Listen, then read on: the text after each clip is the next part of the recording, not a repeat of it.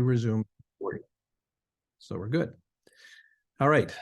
So now that I've got people coming into the call, I want to welcome everybody to the Stanford Alumni for Climate Action, or SACA as we call it, our presentation for May. Today we'll be talking to 3 leaders from Sustainable Stanford who will discuss the last decade of progress in advancing sustainability in campus operations. Now, I'm Bill Gorham, class of 74, founder and chair of SACA. I'm a marine biologist, father, grandfather, and I organized SACA because of my concern for leaving a healthy planet for later generations. The crisis is upon us and we can't delay action, which, as the SACA name implies, it's all about action. Now, we've got, let's see, we'll say that SACA is a subcommittee of the Stanford Alumni in Sustainability, and we're an alumni group connected with Stanford alumni and students keen to protect the environment and meet climate change with positive solutions. We host virtual events with top speakers, as we have tonight, to learn more and to raise awareness. Our goal is to inspire everyone to take action to restore climate balance to the planet.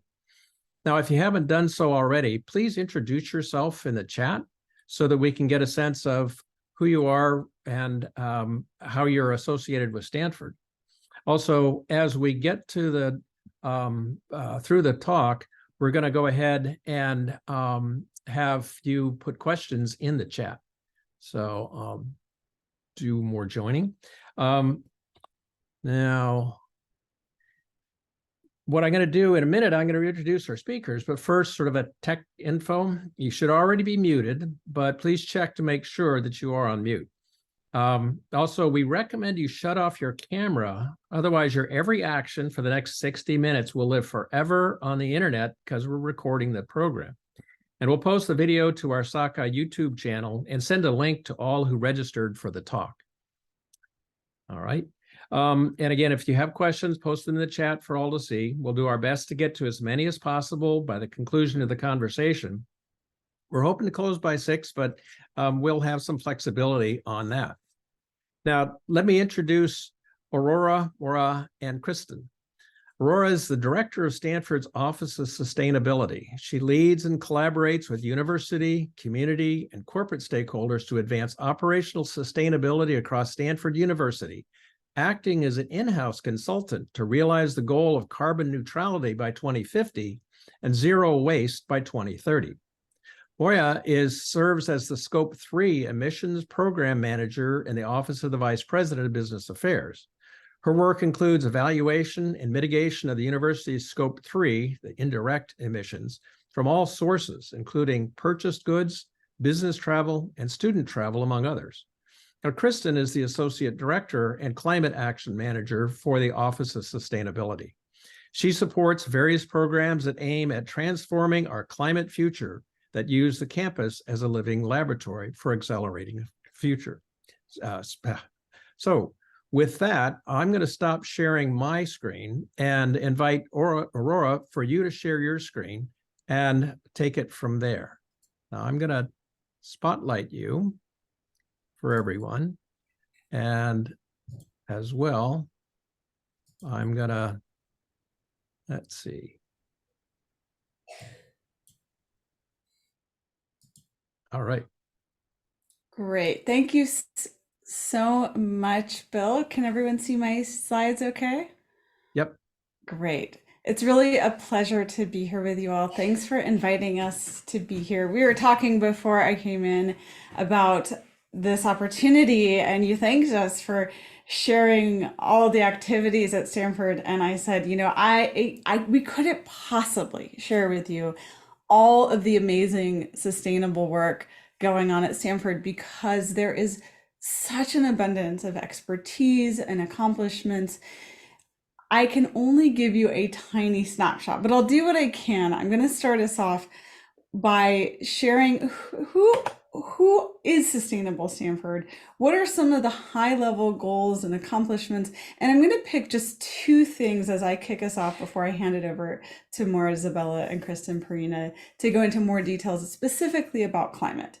I'm going to tell you about Sustainable Energy Systems Innovation, which is one of the leading energy systems, certainly in higher education, and I would even say really among any campuses in the United States, maybe even in the world, in terms of what Stanford has accomplished in terms of actually reducing scope 1 and 2 greenhouse gas emissions. And then I'm going to broaden it because really what I think that represents is the opportunity for the university to be a living lab for innovation. And that partnership that our operational team has with the Doors Full 30468. for Sustainability is the bigger impact that Stanford has the opportunity I'm making. standing in your way. I'm gonna let you get away with it. And Bill, you might be able, as the host, to He's mute standing. yourself. There we go. Thank you so much. So, who is this Sustainable Stanford? Let me just take a moment and sort of explain the context of what we mean when we say Sustainable Stanford. I'm the director of the Office of Sustainability, which is just one small piece of this bigger ecosystem. There are operational staff who partner with academic staff across the university. It's a brand that represents this effort to reduce our environmental impact and understand the connection between environment, economy, and equity university-wide. Sustainable Stanford encompasses everything that all of us are doing. Up here, this is who I represent, but really all of us work collaboratively, and that's how we've been able to accomplish these sorts of top rankings that you mentioned, and I'll talk a little bit more about. But I want to tell you a little bit more about sort of who are we. So I'm coming to you from the Office of Sustainability, which is part of this larger department, Sustainability and Energy Management, which is part of Land, Buildings, and Real Estate, and we serve the broader campus. We serve all of the different, both academic and other operational departments. And that's part of, I think, the magic of how Stanford has accomplished so much, is because it's an integrated approach to sustainability rather than a sort of separate standalone entity. And within the Office of Sustainability, our small, but I would say mighty team, we do outreach, education. We really think about behavior and how we shift our mindset, shift our culture. We actually have a social scientist on our team who has expertise in that. And we integrate, again, the integrated holistic approach, both the behavior, the education, and the operations of waste within our office. And we have this new emphasis on campus as a living lab. And I'm going to end on that note. Overall, what our team does is we look at systems change through a number of different lenses, everything from convening and being a facilitator, helping either directly or indirectly set and communicate and achieve targets, tracking progress, certain university-wide assessments and reporting. I mentioned already this campus as a living lab concept, which is so important to the work that we do.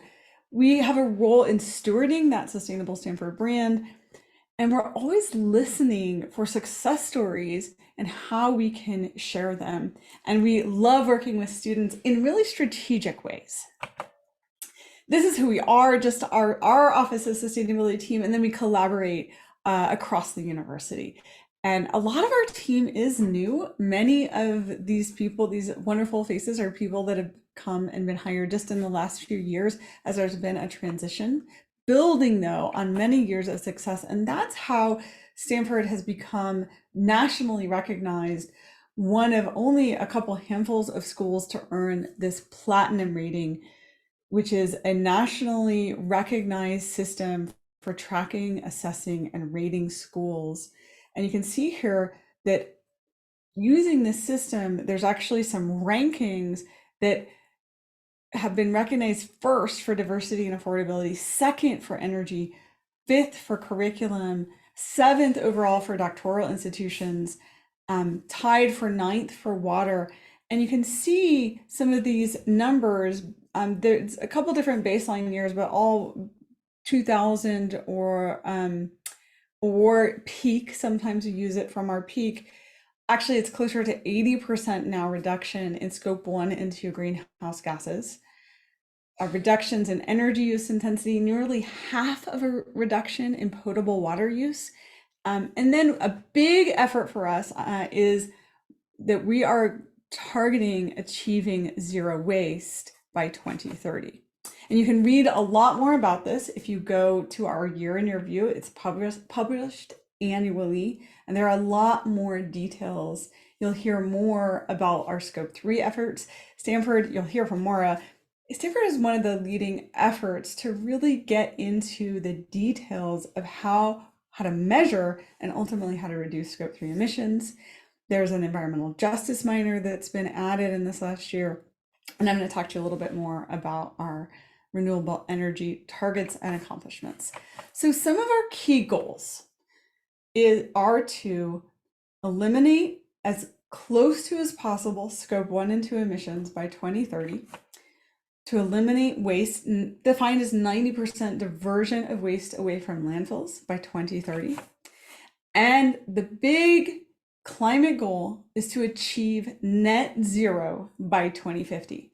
And actually, you're talking to the key women in charge of leading that planning effort, Maura and Kristen, who will tell you more about those details after that. But what have we already achieved? An awful lot. Last year marked a huge milestone of 100% renewable electricity. And that began with the Stanford Energy Systems Innovation. My supervisor's predecessor, Joe Stagner, who by all accounts, I've heard he's really a genius in how he thought about this whole integrated energy system. When the cogeneration plant, which in its time was progressive, was reaching its end of life, there was an exercise to really understand and assess what are all the options for the entire university, compare them side by side, and look at what is both the most efficient, the most environmentally friendly, and the lowest cost system.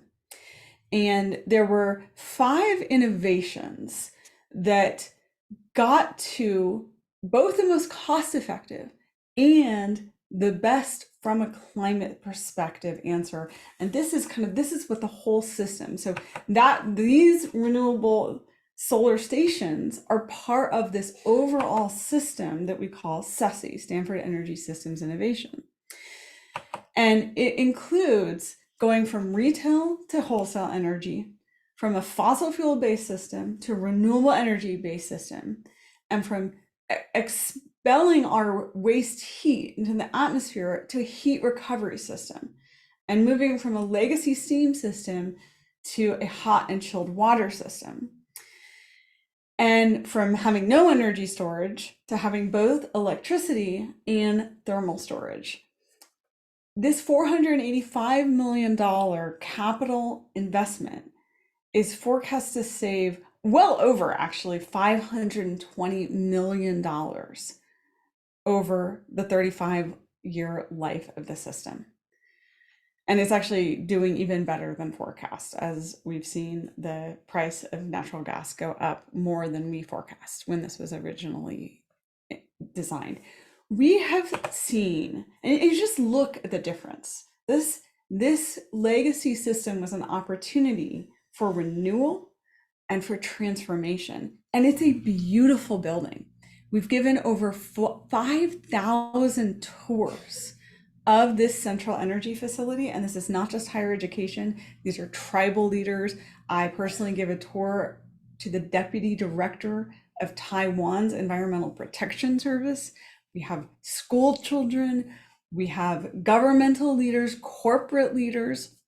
This represents what the International Energy Association says is the integration of the best technologies that we need to see put in place all around the world to decarbonize and to electrify society. And most of it is technology that already exists and that we know works, with one innovation patented to optimize the interaction of all these technologies to achieve additional efficiencies.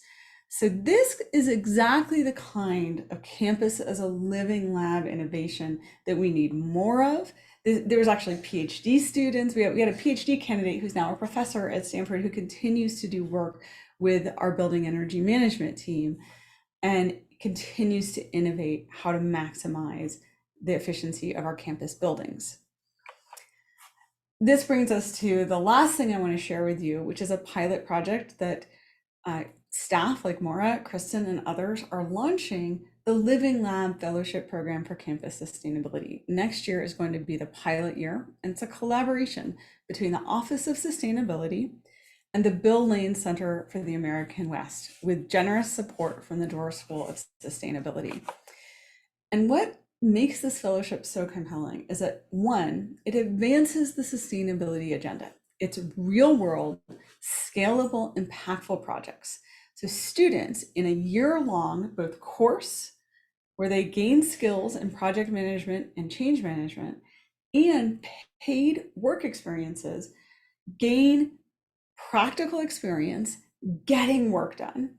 And it enhances collaboration and strengthens the network among academic and operational communities, because you have staff mentors, you have faculty mentors, you have project boards, and it benefits everyone. The course itself is about change management.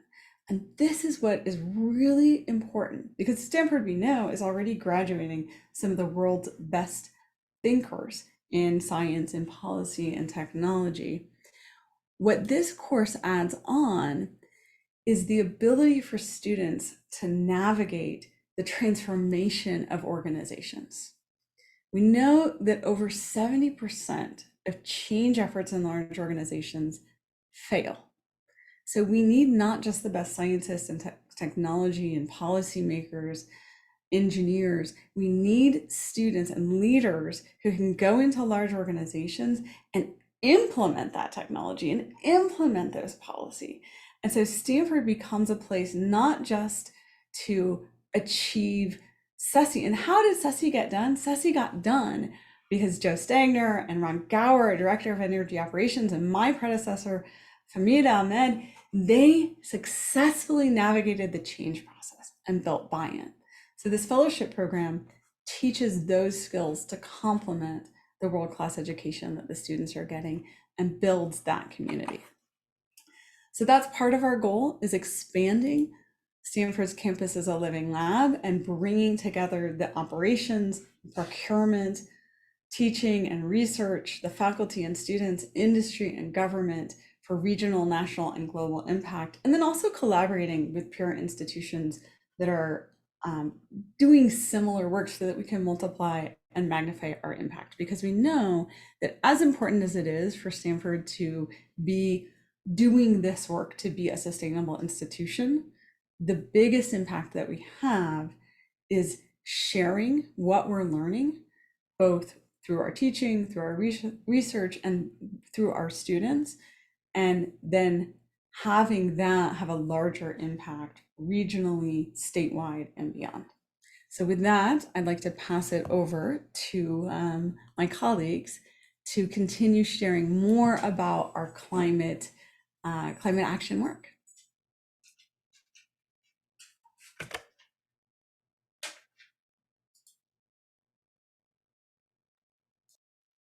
Hey, shall you want to share your screens, Maura?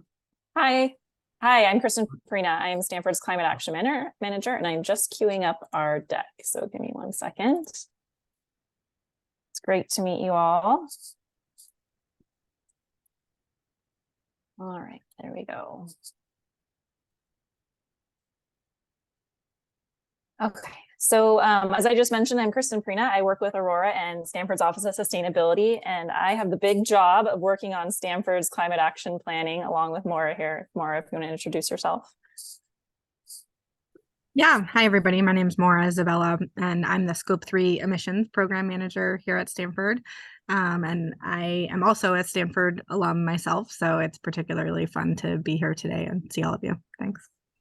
Yeah, so Stanford's last climate action plan was from 2015.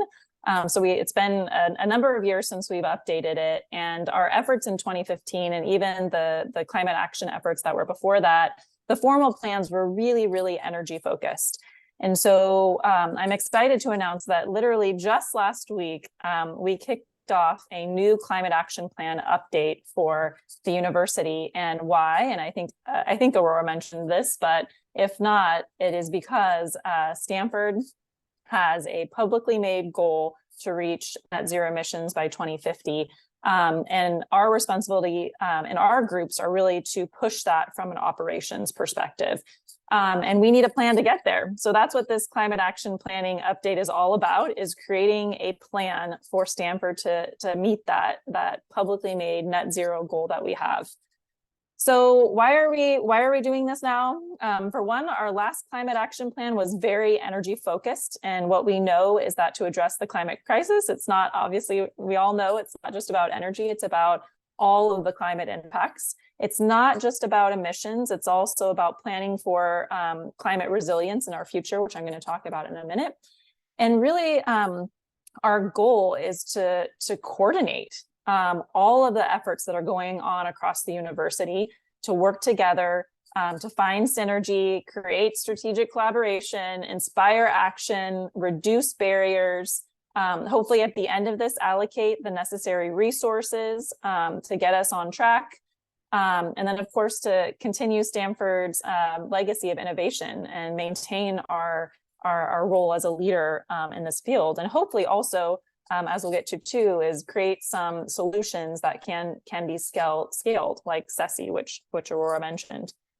So the boundary for our climate action planning is everything that's in Stanford's operational control and or in our emissions counting. So this is really important because if you've read other university climate action plans, a lot of them include academic portions. They'll be planning for, we need to create these academic jobs or courses, or these certain faculty member institutes. And our role here is really focused on campus operations. So of course we're partnering with our academic partners, but this plan is not to create a climate plan for our academic partners over at the Doris School. We're really focused on our operations. So there's really 4 lenses that we're looking at when we do our climate action plan, which again is very different from what we looked at 8 or 9 years ago when we did our original climate action plan. It's a lot more than energy and a lot more than just mitigation. So I'm going to go through what each of these are, but these are the lenses that we're going to be doing our work. The first one is mitigation. And mitigation really is about emissions. It's about how can we get to that net zero emissions. And what you see here on the screen is Stanford's emissions right now. So our 2022 emissions for scope 1 and 2, and our 2019 emissions for scope 3. So this is what we're trying to get rid of, all of these bars on this chart through this climate action plan. I'm going to go back to scope 3 in a minute more. I'll do scope 1 and 2 first. So as you can see, scope 1 includes things like refrigerants, the electricity that we purchased, the natural gas that we used on campus. And as Aurora already mentioned, I can really show you here the impact of the SESI and our central energy facility on our emissions. So up there on the right is a picture of SESI. And as you can see in the screen, it's right about here that SESI opened and our emissions just really started to hit those large percentage reductions that she mentioned prior. And then of course, the other one has been in our electricity because of the power purchase agreements, that also caused the further reductions that you see on the prior slide. Let me go back. Go ahead, Maura, if you want to do a quick overview of scope 3. Sure, thank you. So you can see there are quite a few categories of scope 3 or kind of indirect emissions.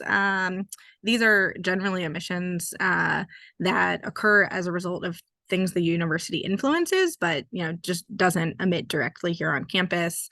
Really, the largest category, as you can see from this chart, is embodied carbon in all of the things that we purchase. And you can see this chart actually only goes up to 150,000 metric tons, but the total that we've estimated for this category is over 400,000 metric tons. So, this is really quite a big chunk. Construction is actually similar. This is embodied carbon in all of the building materials that we use to construct buildings here at Stanford. And then the next two categories are related to student and employee travel. The student travel category includes students traveling to and from campus during break periods and for the beginning and end of the year. It does not include their kind of leisure travel, but it does include study abroad travel as well. And then business travel includes any travel that is actually sponsored by the university. So this could be faculty, staff, or students traveling for anything affiliated with their roles at Stanford. Student athlete travel is also included in the business travel category, again, because Stanford pays for it.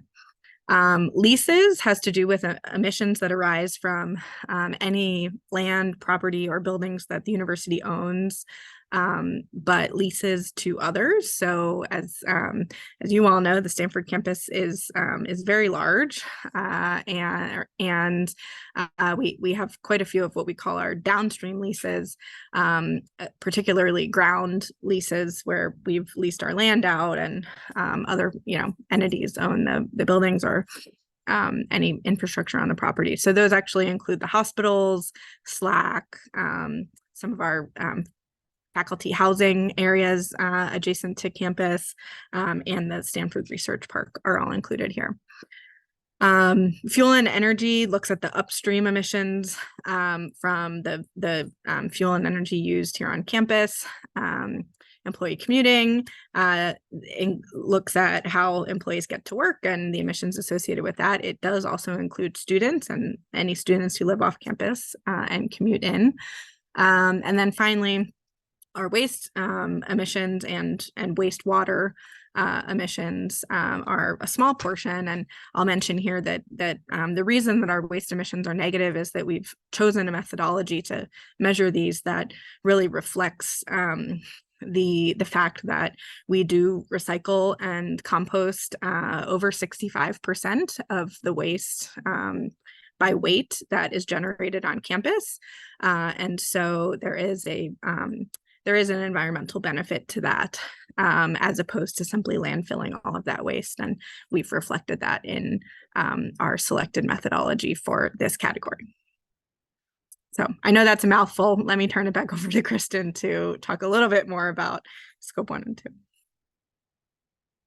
2. Yeah, before we move on from this slide, I really want you guys to look at this natural gas left here in the scope 1 and 2, because that's going to be a big focus of our climate action planning efforts, is in natural gas.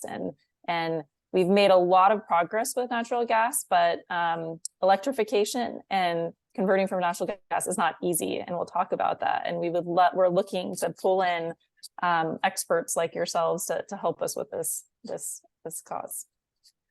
All right.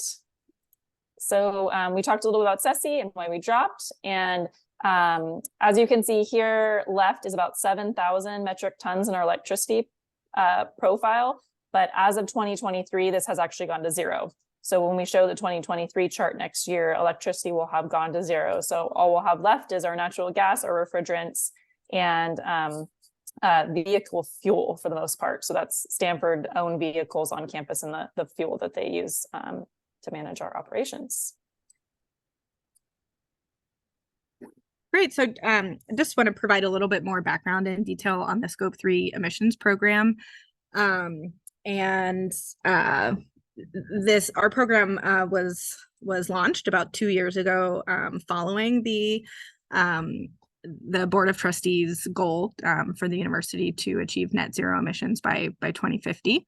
So we're a relatively new program, but we look at all of those categories that I mentioned earlier. So it's a big and fun job.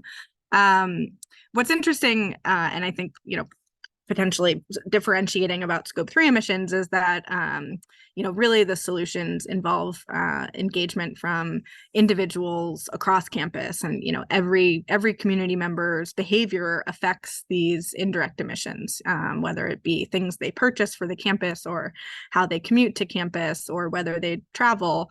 on an airplane or drive. So the two articles featured here just are examples of how we're trying to communicate with the campus community about the role that each of them can play in reducing Scope 3 emissions in particular. I also just want to note here that our program is housed in Business Affairs, which is the unit that oversees many of the other administrative functions for the university. So we've been able to, some of the other functions that are included in Business Affairs are things like central procurement services, all of our financial management services, university IT, our travel program. So there are some great synergies with with some of those administrative functions, and especially those largest categories of Scope 3 emissions that have to do with purchasing and travel. A couple of kind of our key principles that were established as our program was launched. The first thing to note is that we're really the first program of this type in higher education that's designed to look exclusively at Scope 3 emissions. Scope 3 is really seen to be kind of the next frontier. So many other schools really just have not gotten as far as Stanford has, while our goal is to reduce, mitigate, and offset Scope 3 emissions as much as possible for the university, we do also want to establish a path that others can follow, and not just other higher education institutions, but any other organizations that are looking to reduce in similar areas. And we hope that through that type of engagement, we can move the needle, much more than we could if we were to kind of isolate Stanford operations alone. We also take a data-driven approach to emissions measurement, and that's largely what we've worked on over the past 2 years, is really designing very nuanced methodologies for measuring emissions in these categories, and we've documented those in white papers that are available online publicly.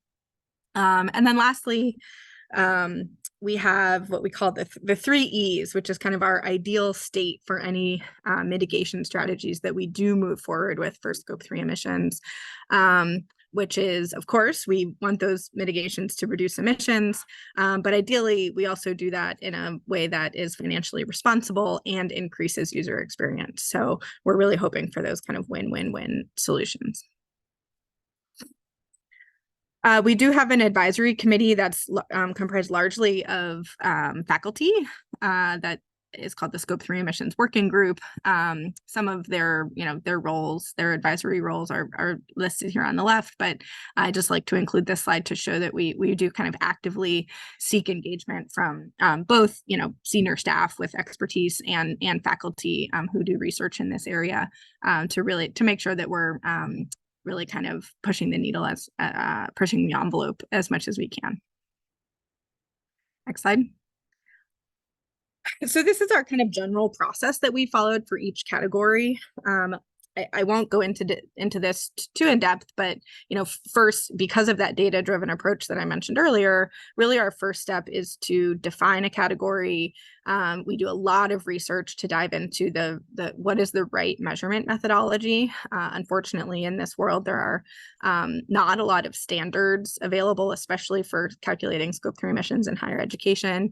So we've done a lot of our own research to kind of identify what are the most accurate data sources and methodologies to reflect Stanford's emissions in these fields. And only once we've done that, we can use that data to start to model out the impact of various mitigation initiatives and reduction opportunities. So, again, where we've really focused in the last 2 years is on that measurement piece, and we've in the coming year in particular, in partnership through this whole climate action planning process that Kristen is discussing, we really hope to kind of hone in on the mitigation initiatives and do a lot more work, at least planning out what those will look like. Next slide. So this is my last slide. I just want to end with a couple examples of some of the work that we have been able to do in the last 2 years around Scope 3 emissions. On the measurement side, We do have preliminary measurement for all of our Scope 3 emissions categories. And as I mentioned earlier, we've documented those methodologies in 5 white papers. I actually think that's 7 white papers that are up online now. We do have a dedicated Scope 3 emissions website. Once I'm done, I'll drop the link to that in the chat in case any of you are interested, and you can access the white papers and many other materials and descriptions on that website. We're really diving into those purchased goods emissions now, that really high bar that is going to be a really tough one. And we've just recently actually kind of gotten approval for what I call a supplier specific strategy, where we're really going to build out a supplier engagement program to try to partner with suppliers, with some of our vendors and suppliers over time to really help them reduce their emissions, and then allow Stanford to kind of leverage that work to reduce our Scope 3 emissions. And then lastly, we've partnered with the Door School on some Scope 3 initiatives as well. And then finally, on the mitigation side, 2 exciting goals, kind of interim targets that have been announced. One is related to construction. LBRE, our operations department, set a goal to reduce embodied carbon in all new construction projects by 20% from an industry average baseline. And then our residential and dining enterprises that manages all of Stanford's dining halls set a goal to reduce emissions from food purchases by 25% by 2030. You can kind of browse some of the other small mitigation things, activities that we've looked at here, but I think those are 2 of the really exciting ones that are helping to kind of set our path forward. Thanks, Maura. So kind of getting back to those lenses, what we all just talked about was that first lens, which was mitigation, which was reducing our emissions to net zero. Those next 2 lenses were about adaptation and resilience. So that's how in our climate action planning efforts can we plan for future climate and climate changes. We are already doing that, and to some extent. These are just some examples on the screen. As you know, Stanford has the Hopkins Marine Station and also our Stanford Redwood City campus. So we're doing sea level rise risk assessments on those properties and planning to figure out how we're going to plan for those projections. Within the last few years, we've expanded chilled water capacity on campus to respond to projected increase in heat waves, to make sure that we'll have enough cooling capacity on campus. Another big one is we performed a lot of vulnerability assessments on our buildings' ventilation systems because of wildfires and the impact of air quality, to understand what the air quality risks are inside of our buildings and how we can improve our ventilation systems.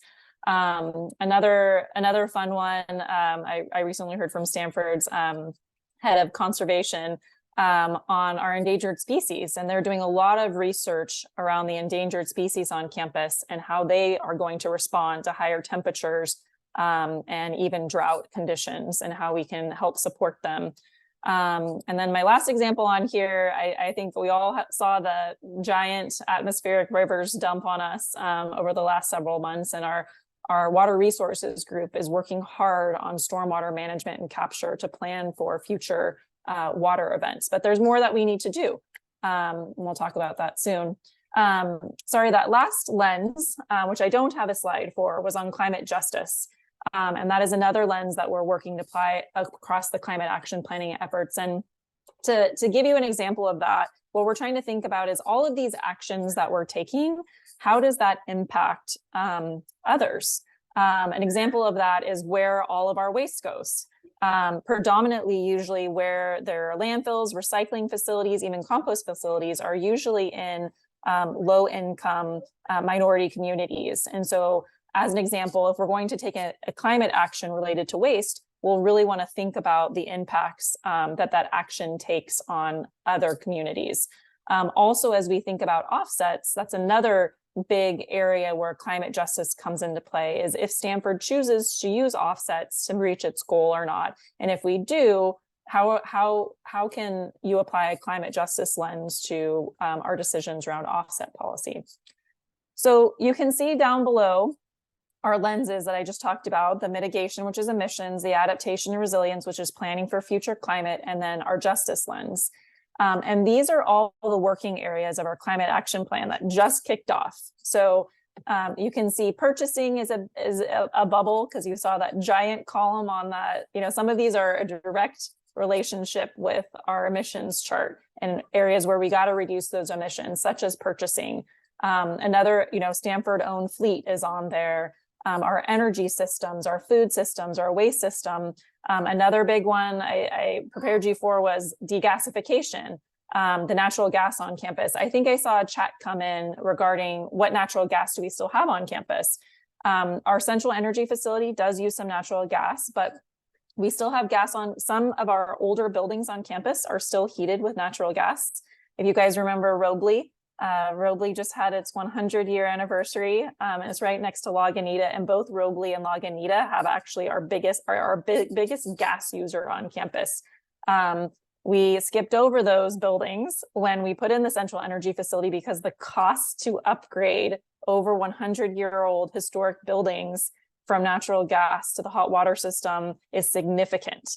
And you can imagine all of the different political things involved with tearing up historic buildings to repipe them, right? So what we have left on our gas portfolio is not easy stuff. So it's the natural gas used for heating some of our older historic buildings and some of our older kind of further out properties from the central energy facility. We also still use natural gas for some lab equipment. We also use it for dryers and student housing. Almost nearly all of the clothes, your laundry dryers, are on gas. And then lastly, a question that somebody had in the chat was related to cooking equipment. So a lot of the major dining halls still use gas-fired cooking equipment. We have piloted an all-electric kitchen with an induction cooktop. And we are working more and more with the dining crew to convert our commercial kitchens from natural gas to electric, but it's not easy. And in a lot of cases, the industry is not there. A lot of our students love eating at Wilbur. Wilbur is has our Asian themed menu. And as an example, we have giant commercial woks that are used to make a lot of that cuisine. And there's currently very few, if any, commercial electric woks. So then you have to decide you're going to change that whole menu, right?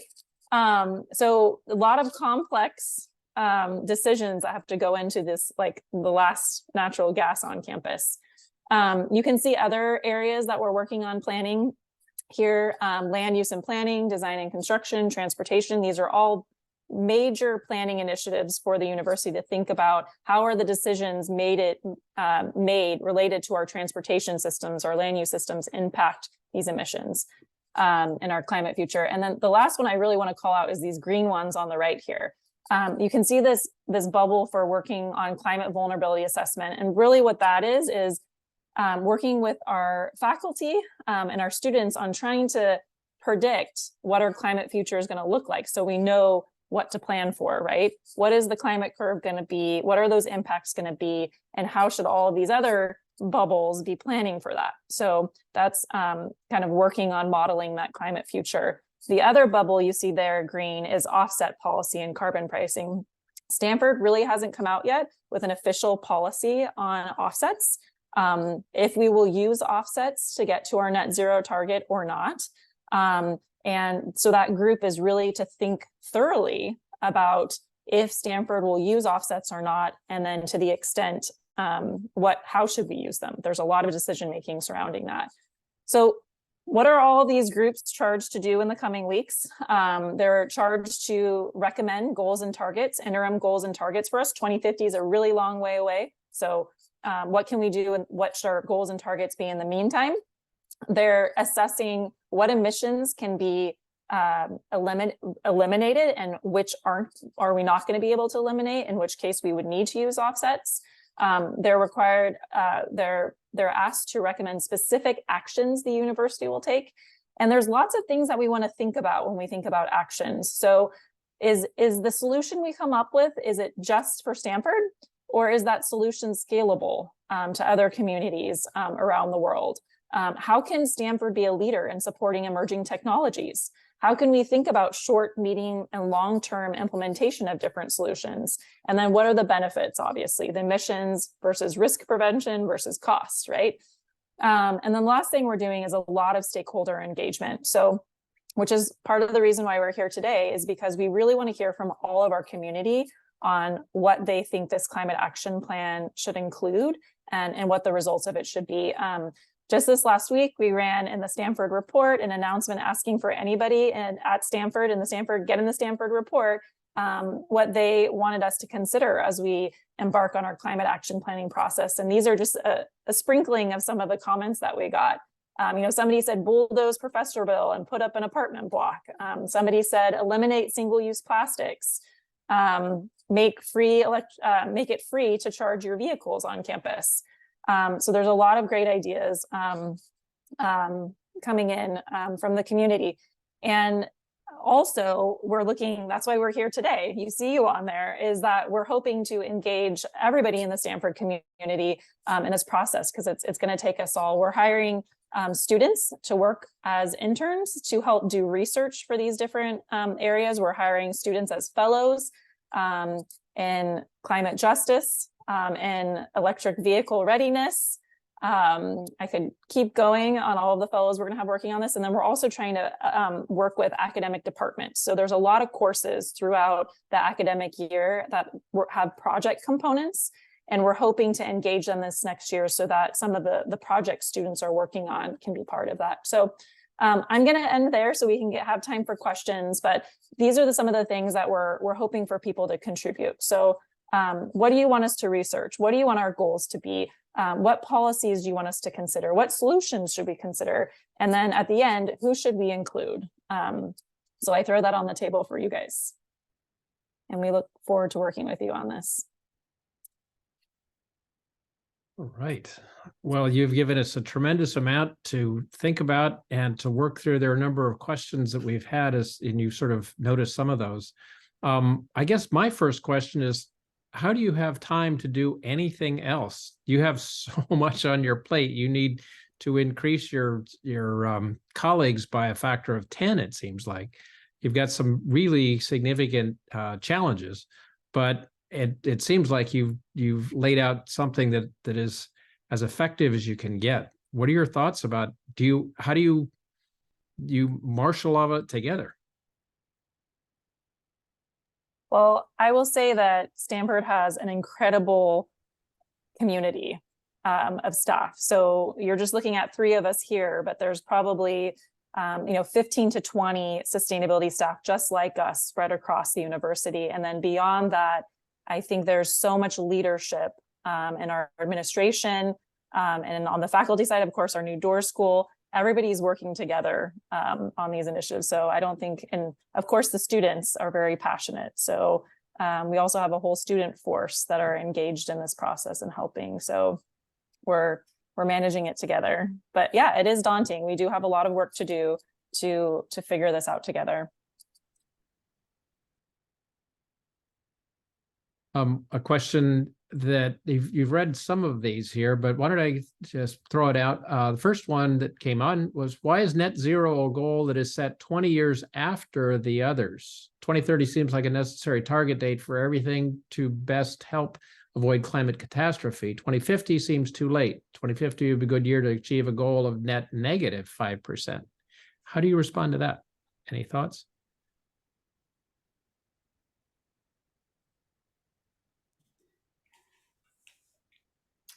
So science-based target would, have us somewhere in the 2040 to 2050 goal.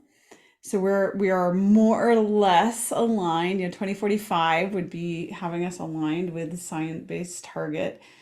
And right now, what we 2050 is an ambitious goal to actually get to net zero because, more like Maura said, we're actually one of the most advanced universities when it comes to actually figuring out how you do scope 3.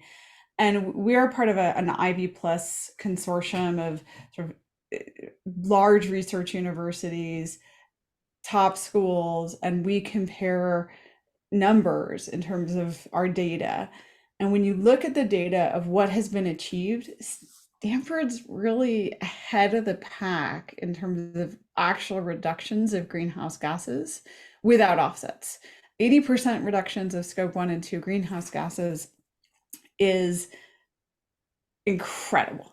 Yeah. I come from the previous institution I worked for at Swarthmore College, and probably my biggest professional accomplishment was helping Swarthmore College come up with a plan to achieve, and the best we could get to was by a 14-year plan to accomplish something that Stanford's already done, and that puts Swarthmore as a leading institution in terms of its steam, like retiring its legacy steam plant and coming up with an electrified energy system.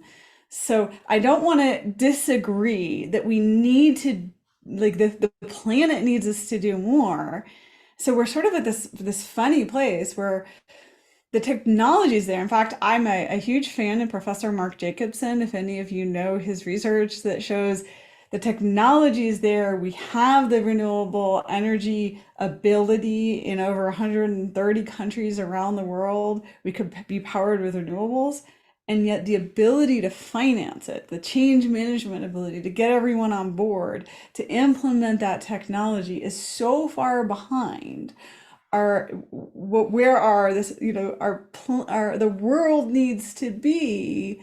There's a mismatch. So Stanford is way ahead of other institutions, and yet it's not really enough. And so that's what we're all grappling with. I mean, I'm incredibly proud of where Stanford is, and we're moving as fast as we possibly can, and we're moving faster than most other institutions.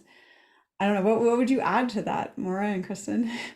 I would just say, I think what Stanford has done has been really in our operational control via policy and funding. And what we have left is, somebody had a great question in the chat related to behavior change. What are you doing on behavior change? And what we have left in that scope 3 category is all about behavior change. It requires major systems and thousands of people across the university to participate in. When we created the SESI plant or did the power purchase agreement, that was, a select number of folks that could make those decisions happen, that controlled the energy systems on campus.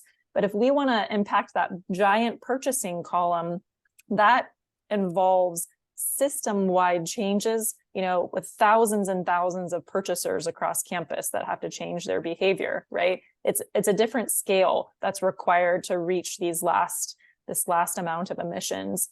And then I think what I brought up before related to offset policy is going to be really important to Stanford, because we could reach net zero by 2030, right? If we used offsets, but that doesn't feel good, right? That doesn't feel right. I don't think it feels right. It doesn't feel good.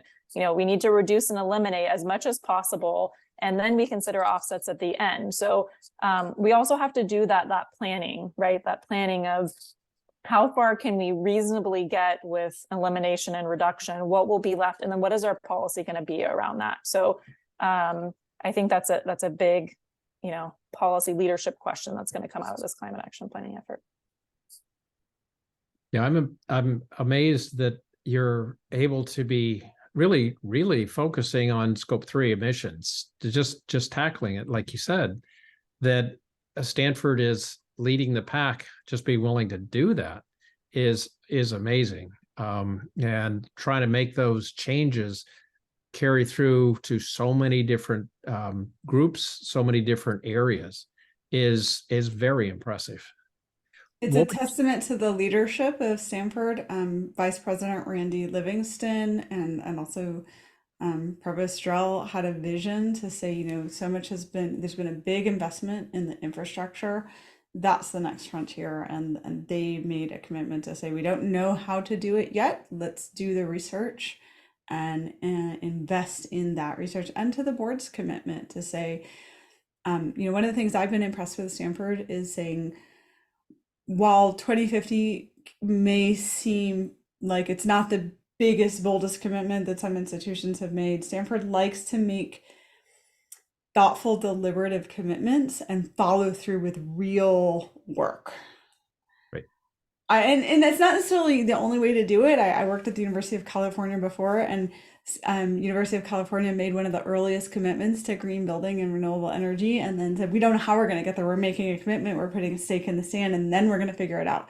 Stanford likes to make more conservative commitments, but then follow through with very deliberative research and solve it and put that work behind it. And there's, you look at the accomplishments, and I do think they speak for themselves. Fully agree with that. Now, I had a question, and there were others that sort of echoed it.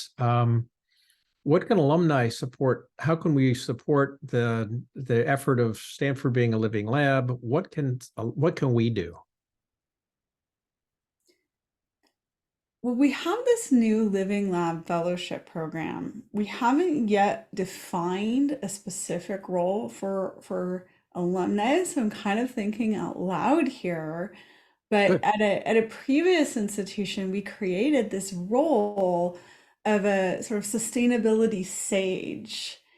And it almost like, I wonder if we could create a database where if alumni were interested in acting in an advisory capacity, they could kind of sign up and say, this is, almost here's the link to my LinkedIn profile, or here's a little bit of a few words about this is my area of expertise. So that as we have projects that come up where there are opportunities for some advising of our projects, then we have that database to go to. And we would sometimes make these advisory mentorship matches between students and alumni. And ultimately, Kristen is going to be kind of the person in charge of that program. So I kind of turning to you, Kristen, to see if it is, so it's not, if it is some kind of database like that might be of interest to you. Yeah, well, I was thinking not only to pull for the student fellowship projects, but also for a lot of the other work that we do, right? You saw those bubbles of climate action planning, and we're really trying to pull in all of the expertise at the Stanford community to make really smart decisions in those areas. So I could also see using that database to pull in people in those different working groups that have, great things to share. Right. I think you've got some very dedicated, very serious alumni that would be happy to help. It's one of the things that I spent 30 years as an environmental consultant and going through a whole lot of different projects.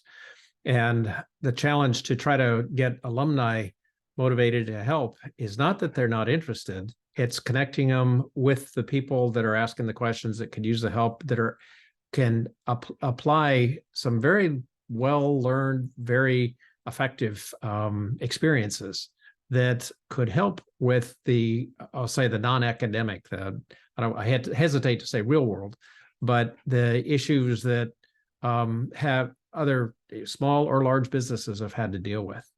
But I'm very, very impressed with the effort that you're going through for Scope 3 emissions. That's going to make that's new ground, cutting edge work on that.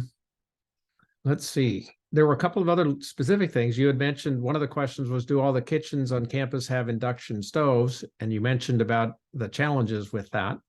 Has there been a study looking at the refuse bins to see if things are being sorted better since labeling the bins?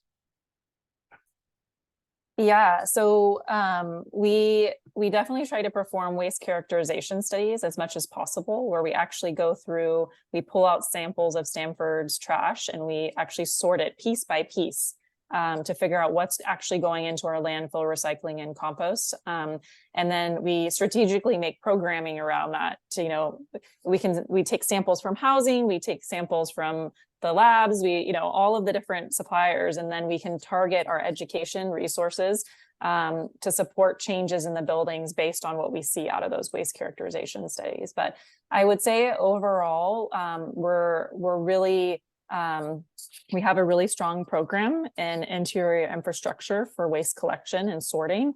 Our signage has gotten more and more standardized over the years, but you know, it's a huge campus. I think we're in the top 10 in the country in terms of sheer acreage. So it's a lot of buildings, a lot of people to work with to create standardized signage and systems across campus. But I think we're getting there. That's great. Yeah, everyone has access to composting. Everybody has access to recycling. And we have an amazing reuse program on campus. It's called Give and Go. We collect 60 to 80 tons of reusable materials every year that we give to local communities in the Bay Area. And even to our own students, we actually keep a lot of the higher end bikes and watches and electronics that are donated, and we save them for Stanford's low income first generation students in the fall. So that's a really awesome reuse program too. There's actually been a complete redesign of the zero waste management system underway over the last year. And there were some pilot programs done in some of that redesign in academic and office spaces. And that pilot of sort of that redesign that includes new bins and new signage and asking each individual person to take personal responsibility for their waste and sort it themselves at centralized bins, saw anywhere from 29 to 44% increases in diversion rates in the academic and office buildings. Kristen, in her previous role in residential and dining enterprises, had already accomplished that kind of increase in the dining halls. So over the next, I would say 3 years, we're expecting to see really dramatic increases across the university towards that zero waste goal, as this sort of reimagining of how waste is managed on campus, and the movement of waste operations being consolidated from kind of inside baseball, so to speak, but it's been separate. The operations have been in one department, and education and behavior in the Office of Sustainability. It's all being brought into the Office of Sustainability, so that we can have that connection between the behavior, the education, the budget, all in one place. And the zero waste team is going to be has been growing significantly. So it's actually quite exciting, and I think you all might enjoy a presentation just on zero waste at some point from that team. That sounds like something we're planning for. Now, the question was posed by Barb Ernie, and she's from the medical school, and I asked her, she asked if she could, she raised her hand. So Barb, do you want to add to your comment, your question? Oh, sure. Well, one, thank you so much for all the work you're doing. And I work with the Stanford healthcare system some on, sustainability. I know it's at Stanford, it's a little crazy. The healthcare system, Lucille Packard and the campus are all separate sustainability teams. So hopefully there'll be more sharing of all the great things you're doing with each other. One, I wanted to mention, I asked about the signage, if that's helping, because I'm in the climate change and health education in the med school. Just if people are really paying attention, if there's education happening, if things are getting better with the sorting. I know if you have any, the med school is part of the university, and we are still very much lacking in the proper bins and the proper signage. So we would love to have some people come over to the med school and really get that set up over there.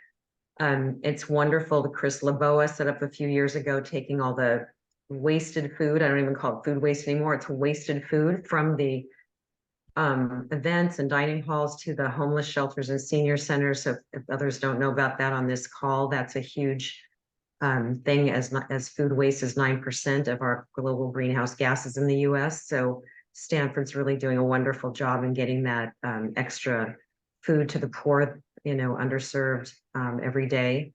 And also has done a great job on having more plant forward choices in the cafeterias, having that be kind of the go-to and meat being the default. So that's been great too.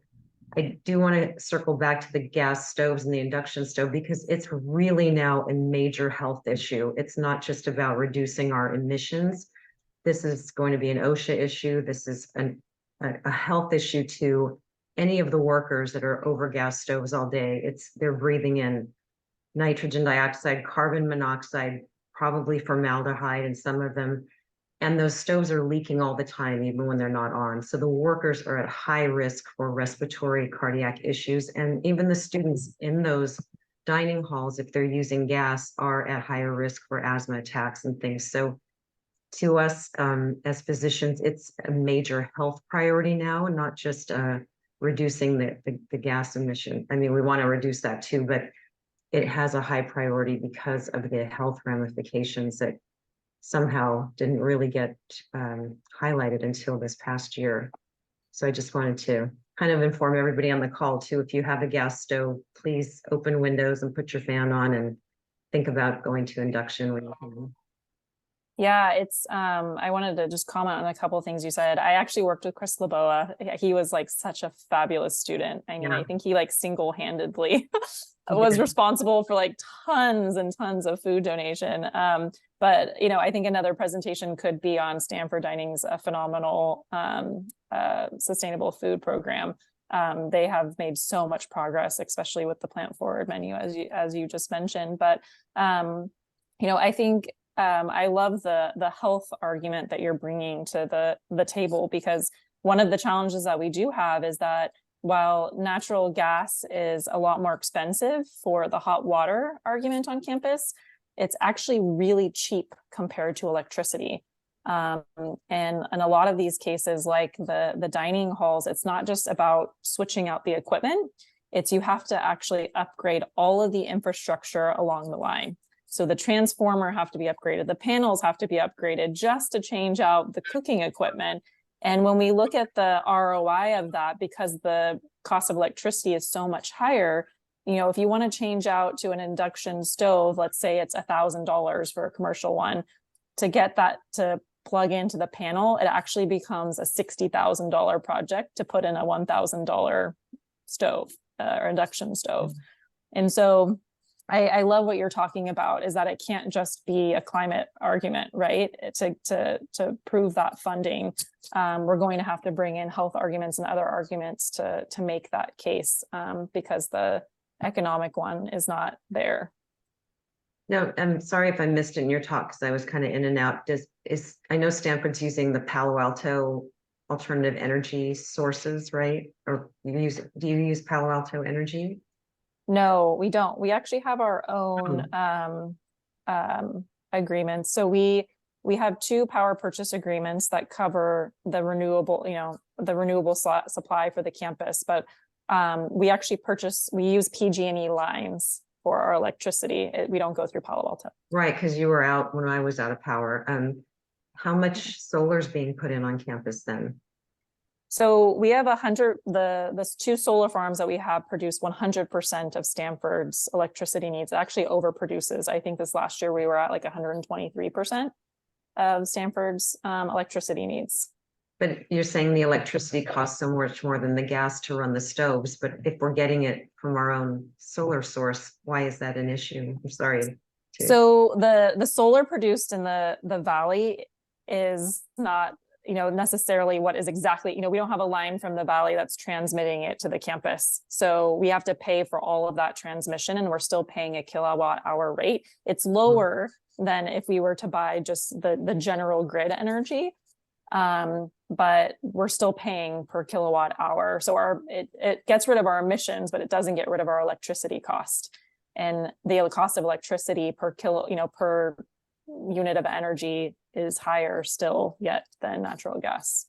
Yeah. And I'm sure it's much more difficult for you at home. I just switched, it was $500 to get my outlet upgraded to change to an electric dryer. So each one's 500, but probably at Stanford is 5,000 for some reason. I don't know. Yeah. Well, yeah, because it was a reasonable thing to do. I know. In those kitchens, they probably have 6 or 7 different commercial sized pieces of gas equipment that they're running all day long. And so that's kind of where the upgrade to all the electric infrastructure. And then when you put the cooking equipment on top of the laundry dryers, And then potentially if it's a gas heated building, then you're really, putting a lot of load that wasn't planned for on the electric infrastructure. Well, I hope you can use the health argument because it's really, it's a liability issue as people learn more and more about this. Your workers, your students, Right. have a liability issue. Like I have, intractable asthma now, or those type of things. So I think you can try to leverage that. Yeah, I think that was a good argument. Right. Well, I don't want to cut off discussion. I have a feeling we could keep going and going and going. We've captured all the comments, and what I can do is to share the comments with you, Kristen and Aurora, and to pass it along to Moira if you'd like to add any other information to that, or sort of highlight some of the things that we discussed. That would be good, and we can pass that along to people as well. At this point, again, at the risk of cutting off some really good conversation, but also letting people get to dinner, what sort of closing words do you have? What would you like to leave us with?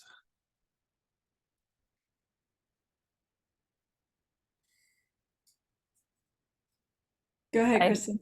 I think we're excited to work with you. I just put my email in the chat, and I would just love to hear from you. We don't have that advanced directory that Aurora mentioned before yet. So, now is the time. We're at the very beginning of this climate action plan journey, and now is the time for big ideas. Now is the time to get those on the table and us to really think innovatively about our climate future. So yeah, I would just say I'd love to hear from you. I'd love to hear ways in which you'd love to plug into this effort. And then of course we would love to collaborate with our partners and bringing you other topics that would love to participate, like the Zero Waste program. Like we have a great storytelling initiative on Sustainable Stanford, our sustainable food program. So we're happy to collaborate on that too. Great. Any last words, Aurora? I noticed you have your dog there. I'm surprised that ours have not interrupted things yet. She definitely thinks it's time for dinner and a walk. Yeah, I know how that is. Well, I just want to, I think Kristen said it very well, definitely reach out for collaboration. And I just want to say thank you to you for inviting us, and Janine for helping host this, and for all of you taking time on your evening to be here with us. And, please continue the conversation. And I just want to echo something Kristen said earlier, that we are really just a couple people from a much bigger group that have been doing this work, that are doing this work. And so there really are, many opportunities to connect, and many people responsible for what has been accomplished, and much more work. And Barbara, it's really great to, I just recently heard about your group, and there's just I think it's important to find these opportunities to learn and share. And I think those of us in the Office of Sustainability would like to learn more about what you're doing. So I think thanks. that's one of the key things that we can do, is to make those connections and continue to network so we can make sort of synergies from all the individual efforts. So I just want to thank everybody for joining the talk, and on behalf of SACA, for Aurora, Moira, and Kristen, thank you very much for the presentation, and for everybody that joined us tonight. So now it's your turn, our turn you've heard what Stanford's been doing. What can we do to help in our own ways and our own support actions by others and such? So with that, note that we'll post the recording on our YouTube page. I will send out an invitation or a link to that as soon as we've got it posted. And feel free to join our Facebook page. You can look for it under Stanford Alumni for Climate Action. And with that, I'm going to let us all go for dinner, pets and spouses and kids and others. And thank you very much for what I thought was a very, very good presentation. And from the reactions, it looks like if the other people say so as well. So have a good evening. Thank you very much. Thank you so much. Bye-bye.